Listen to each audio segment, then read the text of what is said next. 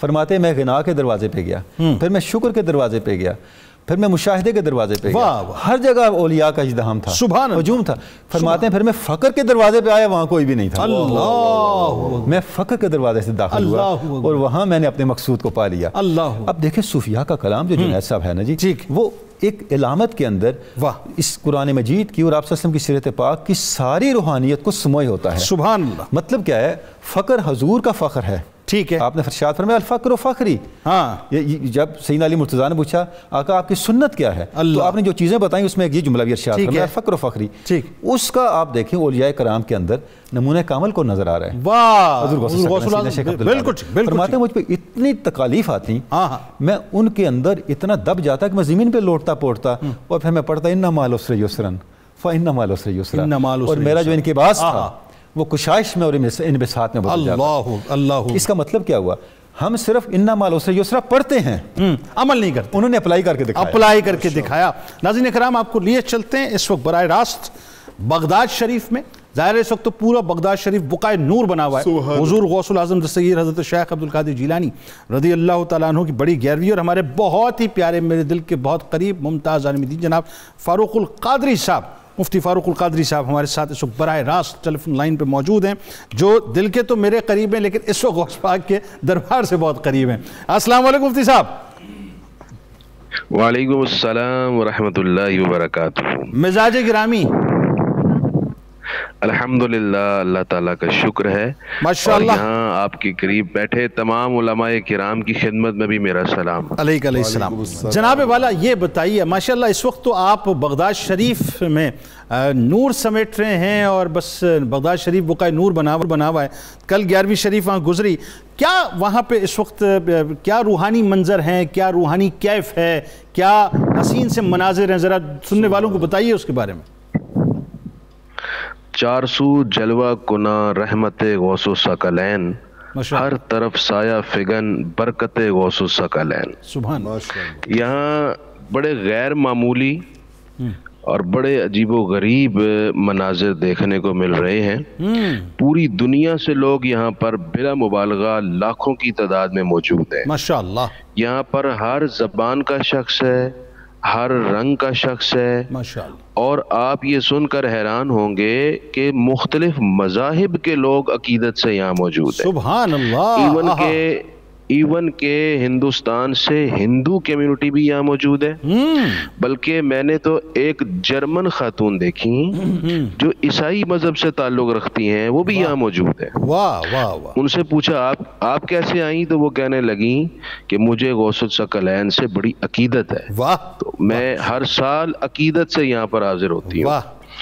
ایک اسی طرح یہاں پر جو کچھ دیکھنے کو مل رہا ہے اس مرتبہ، وہ لفظوں میں کیسے بیان کیا جائے، بڑی غیر معمولی کیفیات محسوس ہو رہی ہیں۔ اور جب 11ویں شریف کی تقاریب جاری تھی تو ہلکی ہلکی سی موسلادھار بارش تھی، ماشاءاللہ، انوار و تجلیات کا نزول آنکھوں سے نظر آ رہا تھا، ماشاءاللہ، کسی پر عشق و مستی کی کیفیت طاری تھی، کہیں سوز و ساز کی کیفیت تھی، کہیں محبت کا جوبن نظر آ رہا تھا۔ میں پورے یقین اور ایمان سے یہ کہہ سکتا ہوں کہ غوث العظم کی حیات بخش نگاہ آج بھی مردہ دل کو زندہ کر رہی تھی اور تڑپتے دلوں کو سکون کی چمک دے رہی تھی۔ وہ ایک شاعر کہتے ہیں کہ وہ مسکرائے جان سی کلیوں میں پڑ گئی، یوں لب کشا ہوئے کہ گلستان بنا دیا۔ سبحان اللہ۔ اپنا جنید بھائی، الحمدللہ یہاں پر دنیا بھر سے علماء و مشائخ بڑی تعداد میں حاضر ہوئے، بڑی بڑے یونیورسٹیز کی قد آور علمی شخصیات، اسی طرح تمام سلاسل کے جو مقتدیان ہیں، پیران عظام ہے، وہ بھی یہاں موجود تھے۔ ماشاءاللہ، ماشاءاللہ، ماشاءاللہ، بہت شکریہ آپ کا، آپ ہمارے ساتھ رہے۔ میں اس وقت ٹیلی فون کال نہیں کرنا چاہتا تھا لیکن منقطع اس لیے کی کہ ایک اور شخصیت سے ہم رابطہ قائم کر رہے ہیں، وہ بھی براہ راست اس وقت بغداد شریف میں موجود ہیں، ممتاز اسکالر ہیں ڈاکٹر نوید اظہر صاحب، ہمارے انتہائی قابل احترام ہیں۔ ان سے بھی گفتگو کرتے ہیں اور ان سے پوچھتے ہیں صاحب کہ ظاہر ہے اب مقام اور مرتبہ تو ہم کیا بیان کریں گے۔ ڈاکٹر صاحب السلام علیکم۔ وعلیکم السلام۔ مزاج گرامی میری طرف سے آپ کو اور اسٹوڈیو میں موجود تمام احباب گرامی کو اور تمام ہم وطن سامعین کو سلام محبت. وعلیکم السلام. ڈاکٹر صاحب یہ بتائیے کہ حضور غوث العظم دستگیر حضرت شیخ عبدالقادر جیلانی رضی اللہ تعالیٰ عنہ، جن کا تذکرہ ہے پاک ہم ظاہر ہے سیٹ پہ بیٹھ کے کرتے ہیں، پروگرامز میں کرتے ہیں، ان کے مقام اور مرتبے کو تو ہم کیا جانیں، لیکن خلق کی اتنی بڑی تعداد آپ کی بارگاہ میں آ رہی ہے سلام پیش کرنے کے لیے، یعنی دنیا کو یہ میسج واضح طور پہ جا رہا ہے کہ اللہ نے کیا رفتیں اور کیا مقام آپ کو عطا کیا ہے. سبحان اللہ سبحان اللہ. مولانا روم رحمۃ اللہ علیہ فرماتے ہیں ہر کے خواہد ہم نشینی با خدا او نشینت در حضور اولیاء. جو شخص یہ چاہتا ہے کہ وہ اللہ تعالیٰ کے ساتھ بیٹھے اسے چاہیے کہ وہ ولیوں کی صحبت میں بیٹھ جائے. سبحان اللہ. جنید صاحب میرے سفر بغداد کی 2 ڈائمینشنز ہیں. ایک تو یہ کہ ہم جس ہوٹل میں فروکش ہوئے ہیں وہ دریائے دجلہ کے کنارے واقع ہے. اور اسی دجلہ کے کنارے آپ نے فخر و فاخر کے وقت گزارا ہے. جی ہاں. اور دریا کی موجیں کناروں سے ٹکرا رہی ہیں اور اپنے زوال کا نوحہ بیان کر رہی ہیں. شہر کی قدیم عمارات کے در و دیوار سے اس شہر کا تمدن، اس شہر کا کلچر اور اس شہر کی ثقافت جھلک بھی رہی ہے اور جھانک بھی رہی ہے. اور دوسری ڈائمینشن اس سفر کی ان بزرگان دین کے آستانوں سے حصول فیض ہے جو سینکڑوں سال پہلے اس دنیا سے چلے گئے لیکن آج بھی زندہ ہیں. وہ اپنے چاہنے والوں کے دلوں میں زندہ ہیں، وہ اپنی قبروں میں زندہ ہیں اور ان کی زندگی کا ثبوت ان کی قبروں سے نظر آ رہا ہے. ایک طرف یہ قبریں ہیں جن سے نور پھوٹ رہا ہے، جن سے خوشبو پھیل رہی ہے، اور دوسری طرف معاشرے کا وہ عہد حاضر کا وہ انسان ہے جو اخلاقیات سے تہی دست و دامن ہو کر کوڑے کا ایک ڈھیر بن چکا ہے. بے شک وہ انسان جو صفات الہیہ سے روح گردانی کے نتیجے میں ایک چلتی پھرتی لاش بن چکا ہے. ٹھیک. مجھے یوں محسوس ہوتا ہے کہ جیسے جیسے مادیت زور پکڑ رہی ہے اور انسان اندر سے توڑ پھوڑ کا شکار ہو رہا ہے، لوگ ایک مرتبہ بزرگان دین کے آستانوں کی طرف متوجہ ہو رہے ہیں. وقت قریب ہے، وہ وقت بہت قریب ہے جب لوگ ٹرنکلائزر سے سکون تلاش کرنے کی بجائے بزرگان دین کے آستانوں سے اطمینان قلب کی. واہ کیا اچھا جملہ ہے، کیا اچھا جملہ ہے. سبحان اللہ ڈاکٹر صاحب سبحان اللہ. یہ وہ ہستیاں ہیں جنہوں نے مسلسل محنت اور ریاضت سے عرفان ذات حاصل کیا اور پھر اس مقام کو پہنچے کہ ان کے وجود سے ایک جنم لیا، ایک ثقافت اور ایک کلچر پروان چڑھا. جو بہار آئی میرے گلشن جاں سے آئی. واہ. جو بہار آئی میرے گلشن جاں سے آئی، خاک کے ڈھیر میں یہ بات کہاں سے آئی. کیا بات کیا بات کیا بات. میں آپ کے شہر کراچی کے بزرگ شاعر بابا ذہین شاہ تاجی رحمۃ اللہ علیہ کے 2 شعر آپ کو سنانا چاہتا ہوں. میں حضرت شیخ عبدالقادر جیلانی رحمۃ اللہ علیہ کی دہلیز بوسی کے بعد آپ کے قدموں میں بیٹھا ہوا ہوں اور وہ شعر مجھے یاد آ رہے ہیں. خاک سے لالو سنبلو ریحان نکلے. کیا بات. خاک سے لالو گل سنبلو ریحان نکلے، تم بھی پردے سے نکل آؤ کہ ارمان نکلے. واہ واہ واہ واہ. ڈاکٹر صاحب اب بات یہ ہے کہ چونکہ بابا ذہین شاہ تاجی رحمۃ اللہ علیہ کا آپ نے ذکر کیا تو اب آپ کو رخصت دیتے ہوئے چند مصرے میں آپ کو بھی ہدیہ کر دیتا ہوں. بابا صاحب کے فرماتے ہیں کہ جس کو مرنا نہیں آتا وہی مر جاتا ہے. دیکھیں اس وقت جتنے یہ عشاق موجود ہیں نا غوث پاک کی بارگاہ میں، یہ ان کی نظر آپ کے توسط سے کہ جس کو مرنا نہیں آتا وہی مر جاتا ہے، تم پہ مرتا ہے جو مرنے سے گزر جاتا ہے. اور عشق جس راہ پہ بے خوف و خطر جاتا ہے، عقل والا تو اسے دیکھ کے ڈر جاتا ہے. اور دل کی موجوں کے حوالے ہے سفینہ دل کا. پیر صاحب دل کی موجوں کے حوالے ہے سفینہ دل کا، اس کو خود بھی نہیں معلوم کدھر جاتا ہے. اور عالم عشق میں ہم نے تو یہ دیکھا ہے ذہین.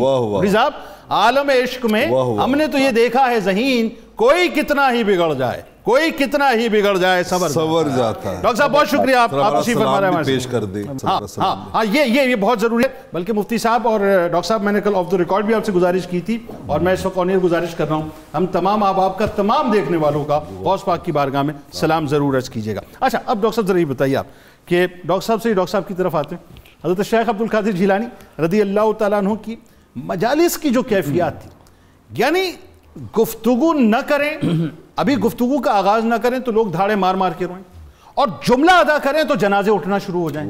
بتائیے ذرا۔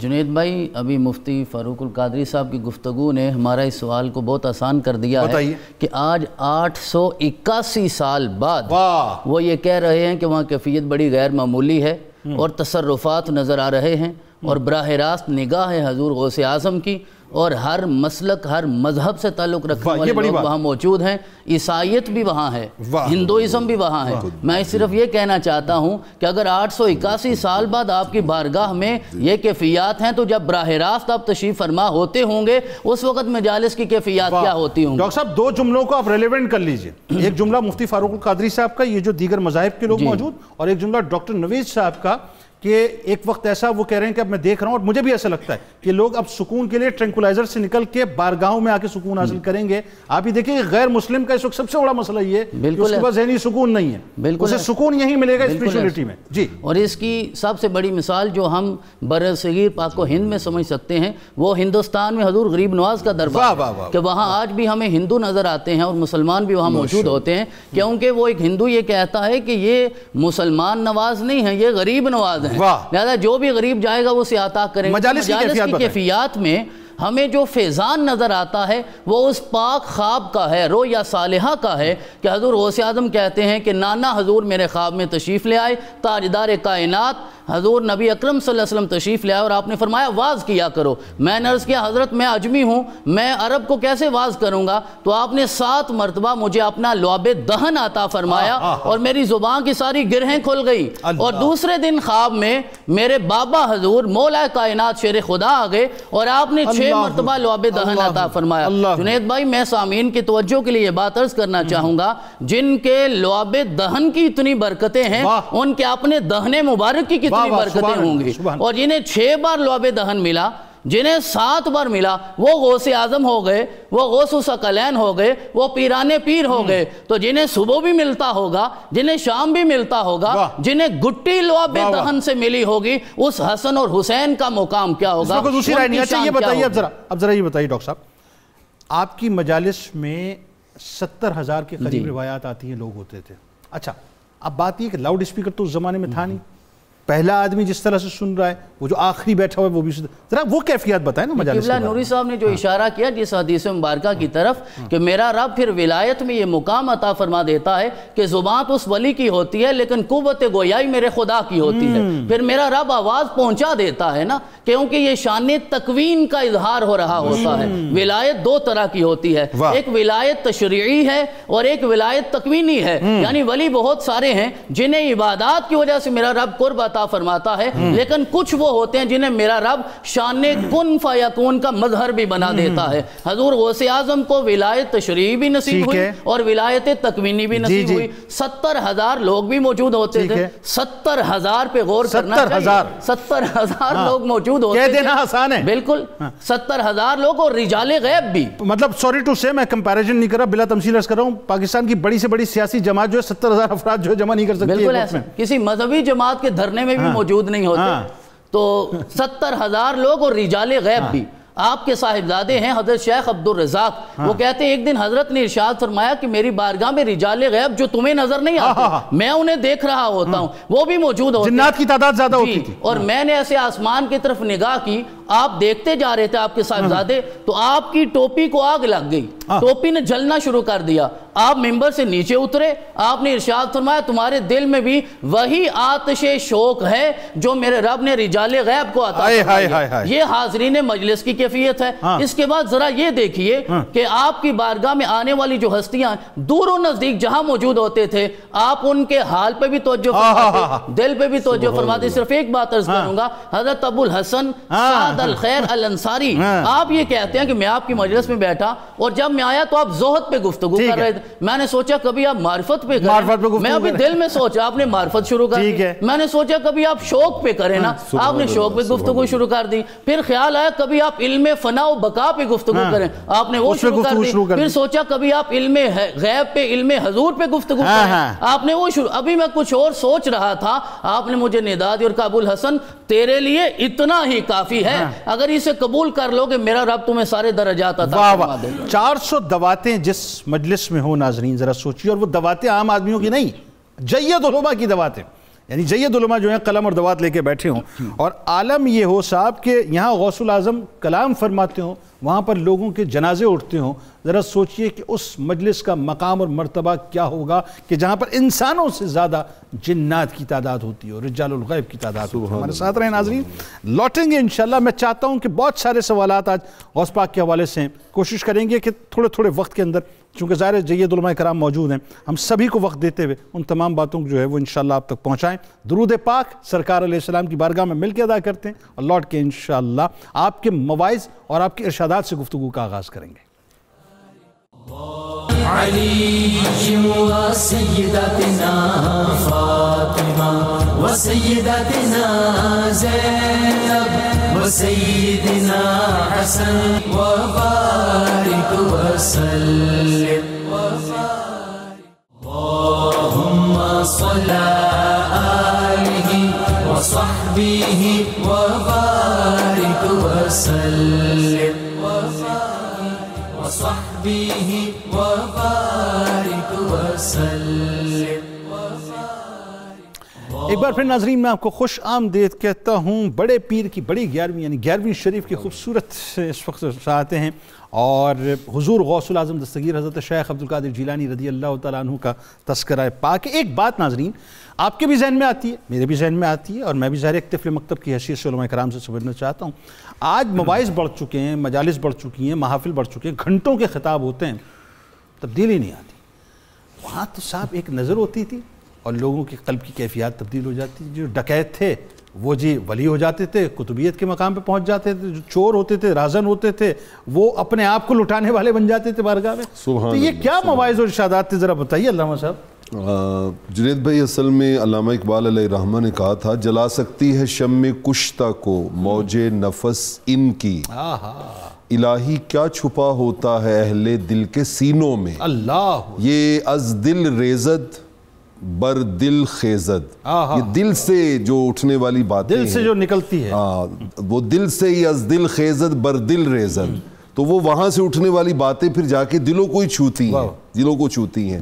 اور وہ علامہ کے اگلا شعر ہے کہ نہ پوچھ ان خرقہ پوشوں کی، ارادت ہو تو دیکھ ان کو، ید بیضا لیے بیٹھے ہیں اپنی آستینوں میں۔ تو یہ سب اس ید بیضا کے کمالات ہوتے ہیں۔ میں آپ کے ارشادات اور آپ کے مواعظ تو بہت زیادہ ہیں، لیکن میں موجودہ حالات کے اعتبار سے آپ کا سب سے پہلے وہ قول لانا چاہوں گا کہ آپ نے فرمایا فتشت الاعمال کلہا، A to Z میں نے سارے اعمال کو ایگزامن کیا ہے، ٹھیک ہے، اور ان ساروں کو بار بار پریکٹس کرنے کے بعد میں نے ان میں سے سب سے افضل عمل جس عمل کو پایا ہے وہ ہے اطعام الطعام، بھوکے کو کھانا کھلانا۔ واہ واہ واہ واہ۔ اور آپ اگر اس کے ساتھ قرآن مجید کی سورہ ماعون کو جوڑ لیں جی تو ارائیت الذی یکذب بالدین فذلک الذی یدعو الیتیم ولا یحض علی طعام المسکین، مطلب پورے دین کو ڈینائی کرنا یہی ہے کہ آپ کسی بھوکے کو کھانا نہیں کھلاتے۔ اچھا، غوث اعظم کا یہ بھی قول مبارک ہے نا کہ اگر اللہ تعالیٰ مجھے دنیا کے سارے خزانے عطا کر دے، اسی کا اگلا حصہ ہے، اسی کا اگلا حصہ ہے، بتائیے کہ میرے پاس اگر پوری دنیا کے کھانے کی چیزیں جو ہیں وہ میرے پاس آ جائیں، خزانے آ جائیں، تو میں اسی لمحے بھوکوں میں بانٹ دوں گا، ان کو کھلا دوں گا۔ اللہ اکبر۔ اچھا، ایک اور اعتبار سے آپ کا قول بڑا خوبصورت ہے، آپ لکھتے ہیں کہ مکتوب فی الانجیل، آپ نے فرمایا کہ یہ میں نے حکمت کی بات انجیل سے لی ہے، اور اس کے اوپر وہ مولا کائنات حضرت علی شیر خدا رضی اللہ تعالیٰ عنہ کا واقعہ لاتے ہیں کہ آپ نے 3 بار اپنے غلام کو آواز دی ہے، 3 بار، ٹھیک ہے، اور وہ تینوں بار وہ نہیں آیا، جان بوجھ کے لیٹا رہا ہے۔ آپ اس کے پاس گئے اور جا کے کہتے ہیں بھائی میں نے تمہیں 1 بار بلایا، 2 بار بلایا، 3 بار بلایا، تم کیوں نہیں آئے؟ اس نے کہا جی میں نے آواز سنی تھی، جان بوجھ کے نہیں آیا۔ اچھا، آپ نے فرمایا تمہیں خوف نہیں تھا؟ اس نے کہا نہیں جی آپ کریم ہیں، تو آپ 10 بار بھی اگر بلاتے اور اب نہ جاتے تو آپ کچھ نہیں کہتے، سو میں ذرا لیزی ہو کے بیٹھا رہا ہوں۔ اب آپ اندازہ لگائیں کہ آپ کا ایک سرونٹ ہو، نوکر ہو، خادم ہو، اور وہ آگے سے اس طرح آرگو کر رہا ہو تو غیظ و غضب کتنا بھڑکے گا، کتنا بھڑکے گا۔ لیکن مولا کائنات نے جب اس کا یہ جواب سنا تو آپ نے مسکرا کے کہا انت حر لوجہ اللہ، جاؤ میں نے تمہیں خدا کی رضا کے لیے آزاد کیا۔ اس پر حضور غوث الثقلین ایک قول لائے ہیں، وہ کہتے ہیں رب ذوالجلال فرماتا ہے میرے بندے اذکرنی حین تغضب، ٹھیک، جب تجھے غصہ آئے نا تو مجھے یاد رکھنا، وَأَنَا أَذْكُرُكَ حِينَ أَغْضَبْ، اور جب مجھے غصہ آئے گا نا تو میں پھر تمہیں یاد رکھوں۔ کیا بات ہے۔ اچھا ایک بات جو بڑی خاص غوث اعظم دستگیر کے نظر آتی ہے کہ آپ نے ایک تو ظاہر توحید پرستی کا جو درس دیا، لیکن ساتھ ساتھ آپ فکر آخرت پہ خاص طور پہ آپ فوکس رہتے تھے، اور آپ کی خانقاہی نظام میں بھی آپ یہ دیکھیے کہ آپ نے لوگوں کو موت کے حوالے سے، فکر آخرت کے حوالے سے، اصلاح احوال کے حوالے سے خاص طور پہ جو ہے آپ نے ان کو ریفائن کیا اور تزکیہ فرمایا۔ تو جو خانقاہی نظام کو آپ نے ترتیب دیا، اللہ کرے کہ اس کی رمق کچھ ہمارے یہاں موجودہ خانقاہی نظام میں نظر آ جائے تو بہت سی ویسی بہتریاں میں نظر آ جائیں گی۔ فرمائیے کیا نظام تھا وہ؟ بسم اللہ الرحمن الرحیم۔ سب سے پہلے تو میں خانقاہی نظام کے حوالے سے یہ عرض کروں گا کہ خانقاہی نظام ہی حقیقت میں نبوی نظام ہے۔ واہ واہ واہ، کیا اچھی بات ہے، بالکل ٹھیک۔ اگر یہ اصلی روپ میں ہو تو یہ وہی نظام ہے جو حضور نے صفہ پر قائم فرمایا۔ بالکل ٹھیک ہے، بالکل ٹھیک ہے۔ اور بدقسمتی یہ ہے کہ عصر حاضر میں اس کے حالات بگڑ گئے۔ خانقاہی نظام کا آغاز حضور کی ذات سے ہے، صفہ سے ہے، اور پھر یہ چلتے چلتے اونچ نیچ معاشرے کے چلتے رہے، اس کے ساتھ اس پر بھی اثر انداز ہوتے رہے۔ اس کی بنیادی طور پر 3 جہات ہوتی ہیں خانقاہی نظام کی۔ پہلی ہوتی ہے تعلیم، دوسری تربیت، اور تیسری کفالت۔ تعلیم، تربیت اور کفالت۔ حضور نے بھی اصحاب صفہ کے لیے یہی کیا تھا، تعلیم بھی دی تھی، اور صرف تعلیم نہیں، پھر تربیت بھی کی تھی، اور ساتھ وہاں رہنے والوں کی کفالت۔ بالکل ٹھیک۔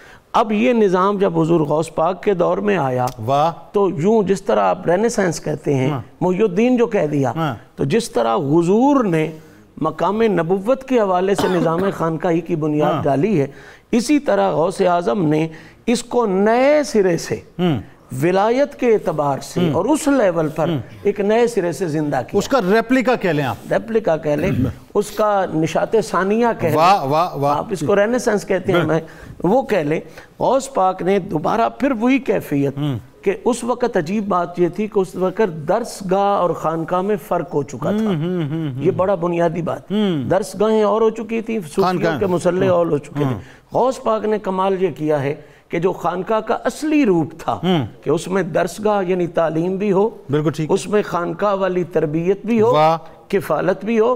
اب یہ جو تزکیہ نفس کی ہم بات کرتے ہیں یہ اسی تربیت میں آتا ہے کہ آپ نے صرف پڑھایا نہیں ہے لوگوں کو، پڑھانے کے ساتھ ساتھ ان کا دل بھی ستھرا کیا، انہیں نفاستیں عطا فرمائی ہیں، اور غوث پاک کی خانقاہ سے ہزاروں لوگ ہر حوالے سے فیض یاب ہو کے گئے ہیں۔ دعا کرنی چاہیے کہ آج جو ہم غوث پاک کا نام لیتے ہیں ہمیں بھی خانقاہوں میں وہی نظام ہو، تعلیم بھی ہو، تربیت بھی ہو اور کفالت بھی ہو۔ اچھا یہ فیض یاب ہو کے گئے، اس پہ جا کے میں آخر میں بات کرنا چاہوں گا۔ اس میں فیض یاب ہونے والوں میں پھر وہ لشکر بھی ہے جو صلاح الدین ایوبی رحمۃ اللہ علیہ کے ظاہر مطلب ساتھ موجود ہیں، لیکن اس سے قبل ذرا ڈاکٹر صاحب یہ بھی بتائیے آپ کی کرامات اور کرامات آپ کی جن کے بارے میں علماء کرام فرماتے ہیں کہ حد تواتر تک پہنچی ہوئی ہیں، جس کا کوئی حساب ہی نہیں ہے، جس کی گنتی نہیں ہے، اس میں سے کچھ بیان کیے۔ بسم اللہ الرحمن الرحیم۔ حضور نبی اکرم صلی اللہ علیہ وسلم کا کامل مظہر ہونے کی وجہ سے جیسے آپ کے ہاں سیرت اور معجزہ کٹھے تھے، ویسے حضور غوث پاک میں بھی کردار کے ساتھ کرامت بھی کٹھی تھی اسی نیابت میں۔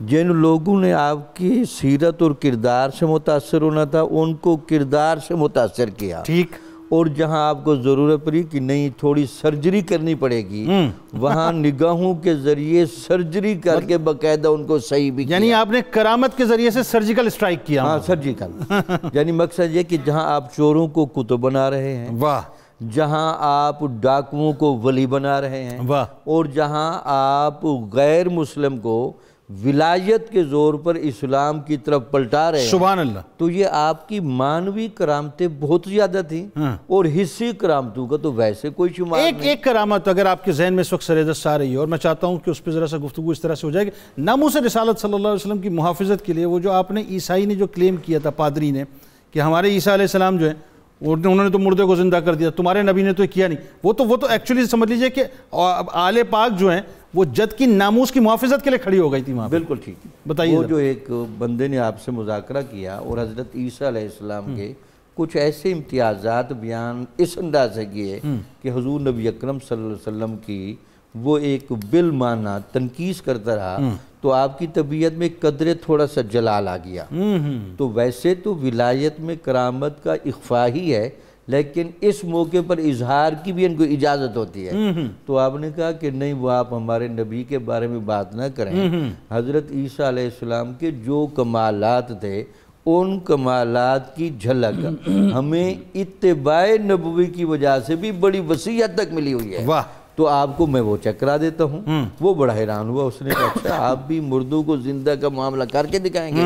تو آپ جب وہاں گئے، وہ جس بسیدہ قبر پر لے کر گیا، اپنے باپ کی قبر پہ لے گیا، پھر اس کے بعد آپ نے اس کو صرف اٹھایا ہی نہیں بلکہ جو اپنی زندگی میں کاروبار کرتا تھا وہ سامان بھی وہ سارا لے کے آیا، اور ساتھ اس میں جو ایک امتیازی پہلو ہے وہ تو کہتے رہے قم باذن اللہ، آپ نے امر الہی سے قم باذنی کہا تاکہ یہ پتہ چلے کہ ہمیں یہاں تھوڑا سا اختیار بھی ہے، اگرچہ اختیار انبیاء کو بھی ہوتا ہے لیکن بہرحال ایک مشرب کی چونکہ لیکن یہ اللہ ہی کی طرف سے، اللہ ہی کی طرف سے تھا، اور صرف حضور نبی اکرم صلی اللہ علیہ وسلم کی چونکہ فضیلت دکھانا مقصود تھی، اس وجہ سے آپ نے اذنی کے ساتھ یہ کیا۔ بالکل ٹھیک ہے، بات اور آگے بڑھاتے ہیں۔ ایک سوال جو بہت عام ہے اور بہت اہم ہے، عام اس اعتبار سے کہ ہر آدمی یہ سمجھنا چاہتا ہے کہ یہ 11ویں شریف کا تصور کیا ہے، اور اہم اس اعتبار سے کہ ارباب علم و دانش کی نظر میں 11ویں شریف منانے کا صحیح طریقہ کیا ہے۔ جی جنید صاحب، ابھی آپ نے ایک کوسچن بھی کیا تھا قبلہ پیر صاحب سے کہ حضور غوث ثقلین کے القابات کیا ہیں، ان میں ایک القاب 11ویں والے پیر بھی ہے۔ ہاں، 11ویں والے پیر آپ کا ایک بڑا معروف اس میں پاک ہے۔ ابھی آپ ایک بڑے پیر بھی لفظ کہہ رہے ہیں تو مجھے ایک لفظ بار بار ذہن میں آ رہا تھا، میں کہنا چاہوں گا۔ ہاں بتائیے۔ پشتو میں حضور غوث پاک کو لوئے جوان کہا جاتا ہے کہ سب سے بڑا جوان، سب سے بڑا جوان، سب سے بڑا جوان، جس سے بڑا کوئی جوان نہ ہو۔ سبحان اللہ، یعنی جس کمیونٹی میں جائیں حضور غوث ثقلین کی ایک عجیب شان ہے اور ایک عجیب لقب ہے۔ 11ویں شریف کیا ہے جنید صاحب؟ پہلی بات تو یہ کہ 11ویں شریف اگر آپ تمام اجل علماء کو دیکھیں، شیخ عبدالعزیز محدث دہلوی ہیں، شیخ عبدالحق محدث دہلوی ہیں، امام یافعی، ملا علی قاری، سب کے ہاں آپ کو ملا جیون، سب کے ہاں آپ کو ملے گا کہ 11ویں شریف حضور غوث ثقلین کے دور سے لوگ اس کا انعقاد کرتے رہے ہیں، اس پہ اولیاء کا، علماء کا اجماع رہا ہے۔ 11ویں شریف ہے کیا؟ حضرت معاذ بن جبل فرماتے ہیں کہ ایک دن نماز فجر کا وقت تھا اور آپ صلی اللہ علیہ وسلم معمول کے خلاف قدرے دیر سے باہر تشریف لائے۔ باہر آئے تو آپ نے نماز بھی جب پڑھائی تو نماز بھی جلدی پڑھائی، تخفیف کے ساتھ پڑھائی، اور آپ بیٹھ کے فرمایا سارے بیٹھے رہیں، میں نے آپ لوگوں کو یہ بتانا ہے کہ میں آج دیر سے کیوں مسجد آیا ہوں۔ فرمایا کہ میں تہجد کے بعد قدرے آرام کرنے میں تھا، آرام کی کیفیت میں تھا کہ مجھے اللہ رب العزت کی زیارت ہوئی، اور اللہ نے مجھ سے پوچھا مالا اعلیٰ کے فرشتے کس پہ کلام کر رہے ہیں؟ میں نے کہا اللہ میں نہیں جانتا۔ اللہ نے اپنا دست قدرت میرے دو شانوں کے درمیان رکھا اور مجھ پہ سب کچھ روشن ہو گیا۔ اللہ پھر اللہ رب العزت نے پوچھا کس پہ کلام کر رہے ہیں؟ میں نے کہا یا اللہ وہ کفارات پہ کلام کر رہے ہیں۔ کفارات کیا ہیں؟ آپ نے فرمایا نماز پڑھنا، نماز کے لیے مسجد کی طرف جانا، دوسری نماز کا انتظار کرنا، اور مشکل وقت میں بھی وضو کرنا۔ فرمایا پھر کس پہ کلام کر رہے ہیں؟ فرمایا درجات پہ کر رہے ہیں۔ درجات کیا ہیں؟ فرمایا درجات یہ ہیں بھوکے کو کھانا کھلانا، اور اس کے بعد کلام نرم انداز سے اور اخلاقیات کے ساتھ کرنا، اور اس وقت بھی رات کی نماز پڑھنا جب سوئے ہوں۔ جنید صاحب اس کا مجموعہ 11ویں شریف ہے۔ واہ اچھا، 11ویں شریف کیا ہے؟ اللہ کا ذکر ہے، خلق خدا کو کھانے کا اہتمام ہے، اور یہ سلسلہ قادریہ کا امتیاز ہے کہ آپ حقوق اللہ اور حقوق العباد کو جمع کرتے ہیں۔ ٹھیک ہے، یعنی 11ویں شریف کا مطلب یہ ہے کہ آپ خلق خدا کی خدمت کے لیے، بھوکوں کو کھانا کھلانے کے لیے، اور جو طریقہ بتایا ہے قرآن و سنہ نے ایصال ثواب کا، اس میں کوئی شرک ورک تو نہیں ہو رہا نا؟ حضور اکرم صلی اللہ علیہ وسلم کی نہیں، یہ بتائیے نا مجھے ڈاکٹر صاحب، شرک ورک تو نہیں ہونا؟ سادہ سی بات ہے، ثواب کسی کو آپ پہنچائیں گے، اللہ کی بارگاہ میں عرض کریں گے تو وہ مخلوق ہی ہوگی نا، تو شرک کہاں سے آئے گا؟ بالکل ٹھیک، شرک تو تب ہے جب آپ وہاں پہ اللہ کی ذات کو معزز العظیم کھڑا کر دے. بالکل ٹھیک. تو میں سمجھتا ہوں کہ اگر اس کو کچھ شرک کے ساتھ جوڑے گا اسے نہ حقوق العباد کا شعور ہے، نہ حقوق اللہ کا، اور نہ اللہ کے مقام و مرتبے کا. بالکل ٹھیک ہے. ڈاکٹر صاحب آخر میں حضرت شیخ عبد القادر جیلانی رضی اللہ تعالیٰ عنہ کی شخصیت علماء، عمراء، سلاطین اور عوام کی نگاہ میں الگ الگ سب کی مرکز نگاہ بنی. ایک تو بات یہ، اس پہ ذرا سا مختصر کلام فرمائیے.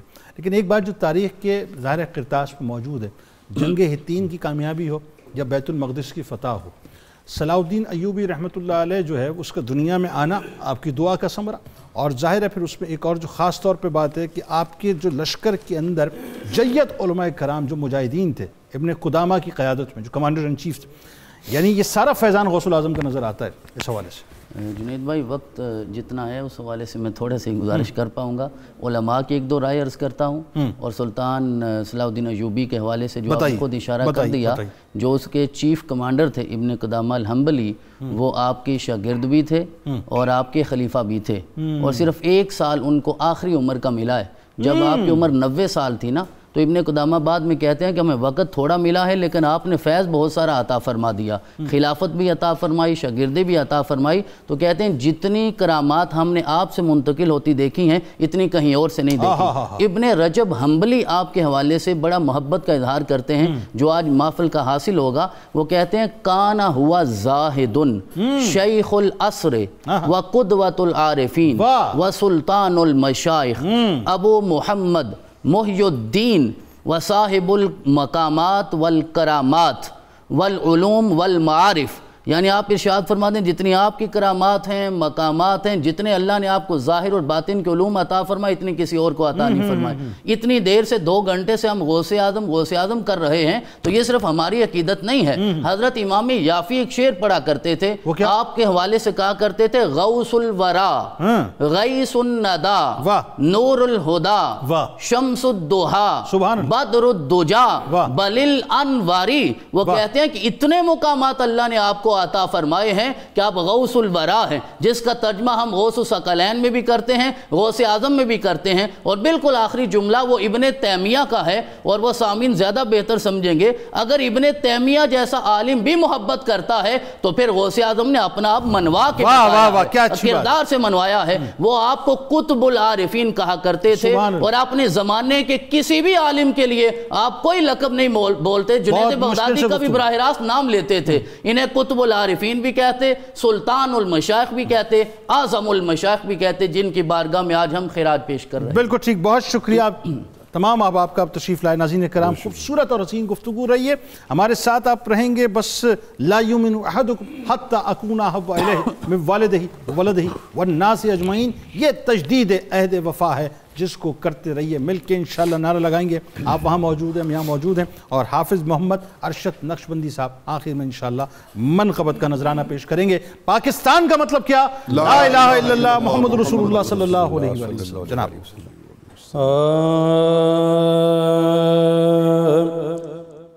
غوث اعظم کی وہ بوئے بدنی کیا کہنا، غوث اعظم کی وہ بوئے بدنی کیا کہنا، مرحبا شان حسینی حسنی کیا کہنا. اللہ اللہ شاہ بغداد تیرا زور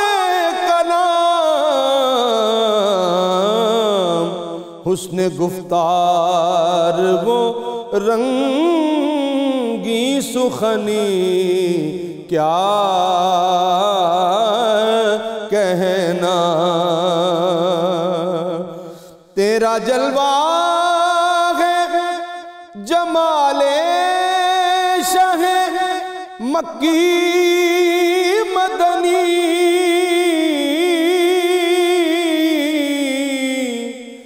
تیرا جلوہ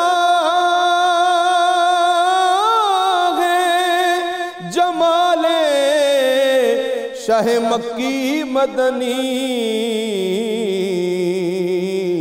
شاہ بغداد تیری ذوفی گنی کیا کہنا لا فتح الا لی تیرے نسب کا اعجاز لا فتح الا لی تیرے نسب کا اعجاز تیرے جد کی ہے جو خیبر شکنی کیا کہنا تیرے جد کی ہے جو خیبر شکنی کیا کہنا دلبر زہرا حسنین و علی و احمد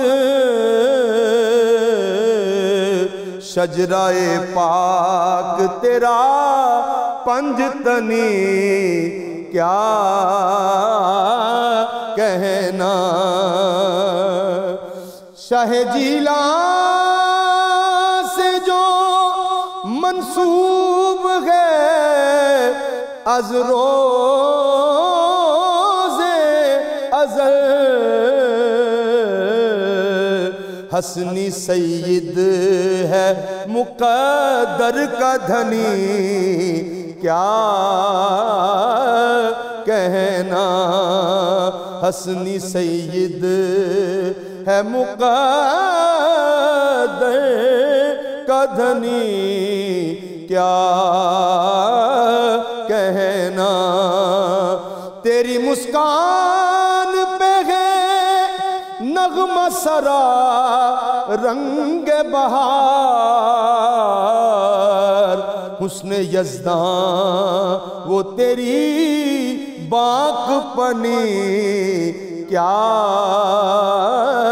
کہنا غوث اعظم کی وہ بوئے بدنی کیا کہنا مرحبا شان حسینی حسنی کیا